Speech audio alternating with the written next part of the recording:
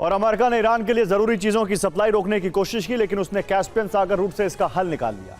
इसके साथ ही रिपोर्ट यह भी है कि ईरान इसी सागर के किनारे से अपना तेल भी चीन भेज रहा है।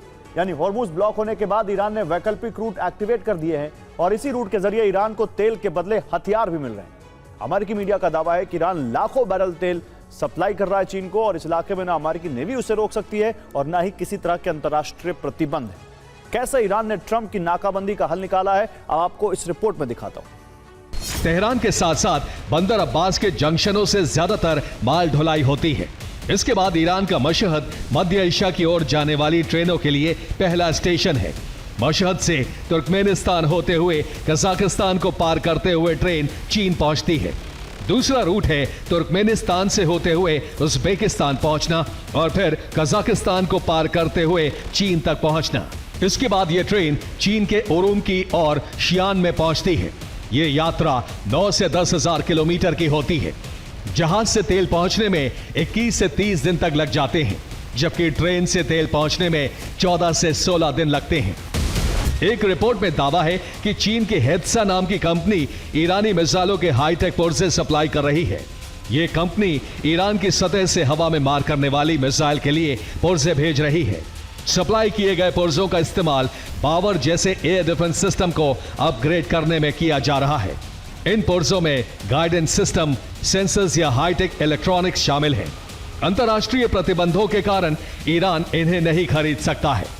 चीन के उरुमकी और शियान में तेल अनलोड करने के बाद ट्रेन में एक्स्ट्रा डिब्बे जोड़े जाते हैं।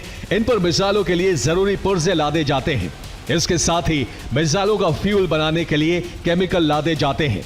एक बार में ट्रेन से 1000 टन से ज्यादा केमिकल पहुंचाया जा रहा है, जो 200 खैबर शिकन मिसाइलों का ईंधन बनाने के लिए काफी है। समझौते के बीच इजरायल और हिजबुल्लाह के बीच संघर्ष जारी है। समझौता सिर्फ कागजों पर ही रह गया है। 3 हफ्ते बाद इजरायल ने बेका वैली पर हमला कर दिया और बेका वैली पर हुआ हमला इजरायली सेना की बदली हुई युद्ध नीति का मास्टर प्लान है। दूसरी तरफ इजरायल के प्रधानमंत्री ने रणनीतिक दांव खेलते हुए कहा कि हिजबुल्लाह के हथियार खत्म हो गए हैं, लेकिन इजरायल पर जारी हमले नेतन्याहू के दावे पर ही सवाल उठा रहे हैं। वैली पर हमले का मतलब है ये हथियारों का गढ़ है। बेका वैली में हिजबुल्लाह के अंडरग्राउंड हथियार गोदाम हैं, अहम रसद गोदाम हैं। हथियार निर्माण के साथ हथियारों की आवाजाही भी यहीं की जाती है। बेका वैली हिज्ब का रणनीतिक आधार रहा है, जहां हिजबुल्लाह के लड़ाकों को मिलिट्री ट्रेनिंग दी जाती है, जिसमें हथियारों के इस्तेमाल, स्पेशल ऑपरेशन समेत रादवान फोर्स शामिल है। बैलिस्टिक मिसाइलों और ड्रोन लॉन्च के साथ अंडरग्राउंड बंकरों का इस्तेमाल भी होता है। यहां से मिसाइलें और ड्रोन दक्षिणी लेबनान में हिजबुल्लाह के बाकी ठिकानों तक पहुंचाए जाते हैं। हिजबुल्लाह का 90% हथियार जखीरा नष्ट हो चुका है, यानी हिजबुल्लाह के पास अब जंग के लिए मात्र 10% हथियार ही बचे हैं।